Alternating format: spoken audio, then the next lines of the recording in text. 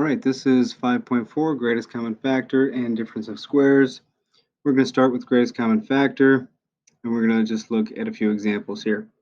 So example 1, as you can see, we have all three terms are divisible by 5. That means that they have a factor of 5 that we can take out, okay? So essentially what you're doing here is dividing. So if I am pulling out a 5 from each one of these terms, 5 divided by 5 is 1, so that one's gone. Negative 50 divided by 5 is negative 10, and 80 divided by 5 is 16. Okay, so now we've pulled out a factor of 5. Now we still need to factor this further. So we're going to set up our two brackets, right? We're going to go n and n because we know that the first term is n squared. And now we're looking for the two numbers that multiply to equal positive 16 and then add up to equal negative 10. All right, so you could list out your factors of 16, right? 16 and 1, 8 times 2. But hopefully you're getting pretty good at that at this point. So I think what's going to work here is negative 8 and negative 2, right? That fits both criteria. They add up to negative 10, but they multiply negative times a negative to a positive 16. So there you go. All right, example 2. So what can we pull out from 8, negative 6, and negative 20? I think we can factor out a 2. And here we also have each term contains a v, at least one v, so we can factor out a v. And so we're going to be left with 4v squared minus 3v minus 10. Okay, so we still have to factor this one out as well. So we're going to multiply our a term times our c term. So that's negative 40. So we're looking for the two numbers that multiply to equal negative 40 and then add up to equal negative 3. Okay. And so I'm going to use the Australian method. That's when I put an extra factor in the beginning of both sets here.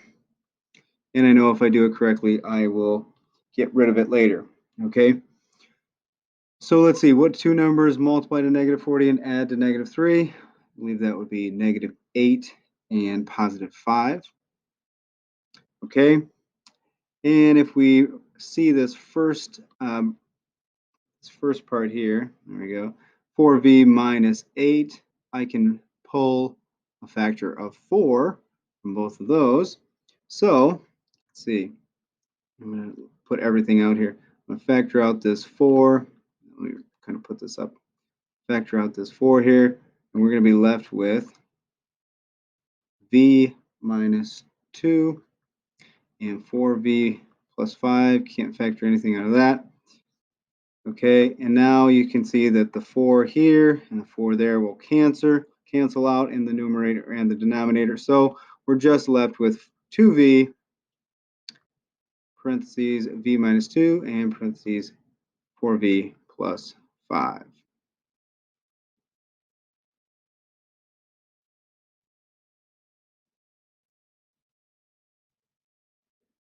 All right, example 3, we need to solve and sketch here.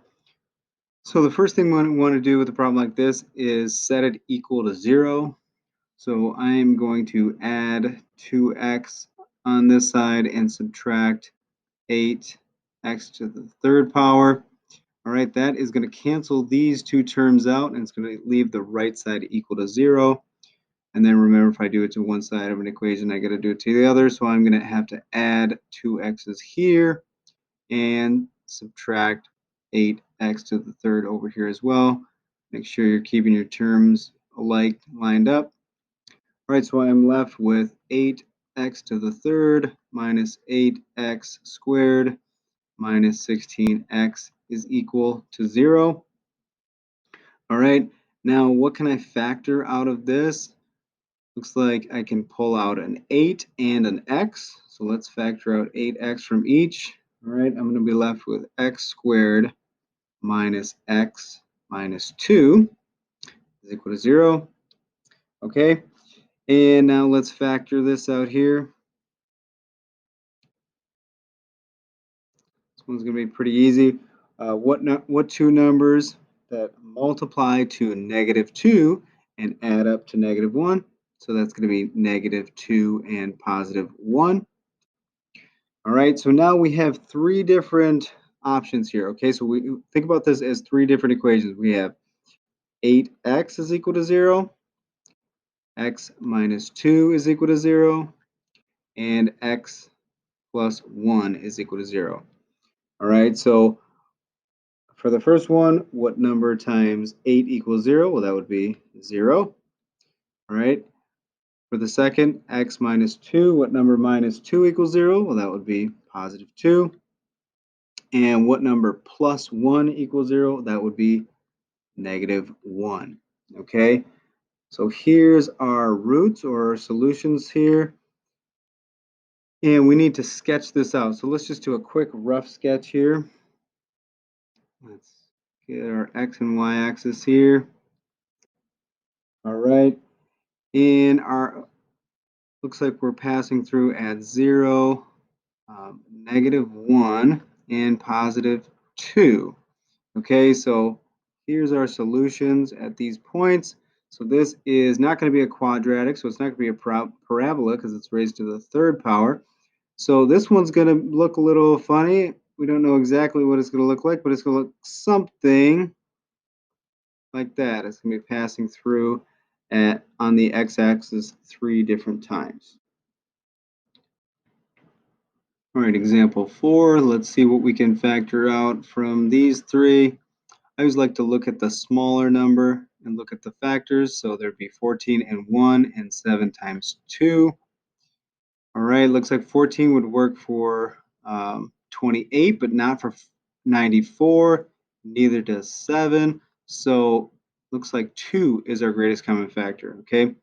So we're going to have this set equal to 0, and then we're going to factor out a 2. So we're going to be left with 7x squared minus 47x minus 14. All right, now we're looking for the two numbers that multiply, right? We got to multiply our a times our c. A times c is 7 times -14. That's -98. So we got to find the two numbers that multiply to -98 and add up to -47. All right. So I am going to use the Australian method where I put an extra factor in each group. And I know if I do it correctly, I'm going to factor it out later. Okay, so what two numbers multiply to -98 and add up to -47? That's going to be -49 and +2. And it looks like I can factor out a 7 from the first grouping. Okay, so let's do that really quick. 2, let's factor out this 7. It's going to be x minus 7 and 7x plus 2. And now you can see that the 7s will cancel. So now let's look at our zeros or our roots here. So the first one we have 0 is equal to 2. All right, so 2 is not the solution. If this were our only option, our answer would be no solution because 0 does not equal 2. But that's not our only option here, so we just kind of ignore it at this point. We have x minus 7 and 7x plus 2 is equal to 0. Oops. Okay, so then we solve those. Looks like I'm going to have x is equal to +7. And for this one, I'm going to subtract 2 on both sides. So I'm left with 7x minus 2 divided by 7 on both sides. And I'm left with x is equal to -2 over 7. So there's our two solutions for that one. All right, now let's look at difference of squares. So we're going to have a special type of problem where we have x squared minus c, and a and c are going to be perfect squares. Perfect squares are like 1 times 1, 2 times 2, 4, 3 times 3 is 9, 16, 25, 36, right, 49, 64, 81, 100, etc. Well, there we go. Okay, so let me show you an example here. We have x squared minus 49. So we could solve this out the same way we would one of the problems above, where we multiply the a times the c. Well, that would be 1 times negative 49. So that's negative 49. And so we're looking for the two numbers that multiply to negative 49, but add up to the b term. Well, there is no b term, so that's going to be 0. All right. So what two numbers multiply to negative 49, but add up to 0? Well, that's going to be negative 7 and positive 7. All right, let's look at another example here. Example 6. How about we do 4v squared minus 9? All right, let's multiply a times c. That's going to be negative 36. So we're looking for the two numbers that multiply to negative 36 and add up to b, which is 0. All right, so our a term is greater than 1. So let's go ahead and use our Australian method where we leave an extra factor in, right?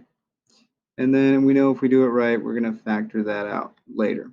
Okay, so now what two numbers multiply to negative 36 but add up to 0? Well, that's going to be positive and negative 6. All right, now we notice that we can factor a 2 from both expressions, right? 2v plus 6, we can take a 2 out, so that's going to be 2v plus 3. And we can take a 2 out of the second. That's 2v minus 3. And then we have these 2's that would multiply to 4. And now you can see we did this right because that will cancel out. But notice here, we're left with 2v plus 3 and 2v minus 3. Okay, so a much faster way to do this is just to recognize that really what we're left with is the square roots of 4, right? And the square root of 9. Okay, so if you recognize that, we can solve these a lot quicker. Okay, let's look at another example here. How about number 7? Let's do 36x squared and negative 121. Okay, so we're looking for the square root of 36 and 121. So that's going to be 6 times 6 and 11 times 11. So this is going to be 6x and positive 11 and negative 11. All right, so you really are saving yourself a lot of work if you recognize that. It's going to be a lot easier way to solve these. All right, let's do a couple more. 25x squared minus 81. All right, so this is going to be square root of 25 and the square root of 81. So this is going to be 5x and 5x here. And then what two numbers multiply to negative 81 and add to 0? That's going to be positive and negative 9. All right, let's just do one more. All right, how about 32x cubed minus 50x? All right, problem here, we don't have a perfect square with 32 or with 50, so we're going to have to factor something out first. Looks like the greatest common factor of 32 and 50 is just going to be 2, and we can also pull out an x, that both terms contain at least one x. So we're going to be left with 16x squared minus 25. All right, now we do have perfect squares, right? We can take the square root of 16 and 25. We're going to be left with 4 and 25. So we're going to be left with 4x and positive and negative 5. All right, easy as that. All right, last two problems for today. These ones are for you guys, so pause the video and give these a shot. All right, let's see how you did. The first one looks like we need to use difference of squares. but these numbers don't work, so we're going to have to find the greatest common factor first. Looks like I can factor out a 6 from both of these, so I'm going to be left with x squared minus 36, and 36 is a perfect square, so this is going to be x plus 6, x minus 6. All right, this next one looks a little bit more tricky. Find the zeros in sketch. First thing we want to do is set this equal to 0. So I am going to add 3p and subtract 8p squared to get the right side equal to 0. And I need to, if I do it to one side, I got to do it to the other side. So I should be left with 9p cubed. I'm subtracting 8p squared. So that's going to be plus 12p squared. And don't forget that plus 3p. And it's all equal to 0 on the right side. All right, so first, what's the greatest common factor that I can factor out? I can definitely take a p out and a 3. So let's first factor out 3p. So if I take 3p from the first term, that's going to be 3p squared. Second term is going to be 4p. And the last one is just going to be 1. All right, is equal to 0. Now let's go ahead and factor this out. We can use our tried and true Australian method, put an extra factor in each. Okay, we know we're going to cancel it out in the end there. All right, so what two numbers, let's multiply a times c, right? 3 times 1 is 3. So what two numbers multiply to 3 and add up to 4? This one's a pretty easy one. This one's going to be plus 3 and plus 1. And we can notice that we're going to be pulling out a 3 here, right? These are going to both become 1s, which then means that these will cancel, which we know that means we did it right, okay? So we have 3 equations here, right? The first one, 3p is equal to 0. All right, and then we have the one that we factored out. That one's going to be 1p plus 1 is equal to 0. And the last one, 3p plus 1 is equal to 0. All right, first one, divide by 3 on both sides. P is equal to 0. P is equal to -1. There we go, -1. Subtract 1 on both sides over here, and we're left with 3p is equal to -1. Then divide by 3. So our last p value is going to be -1/3. All right, so here are my 3, oh gosh, there we go. There's my 3 p values. All right, but remember these are our x-intercepts, right? So we should graph these out. All right, so we're in between. So let's go ahead and let's make this a -1 here. So here's one of them. -1/3 we'll say is right here, and 0. So there we go. Again, this is going to look something along the lines of that. All right, there we go. That's all I got for you guys. Give the practice problems a shot. If you need help, come see me. Good luck.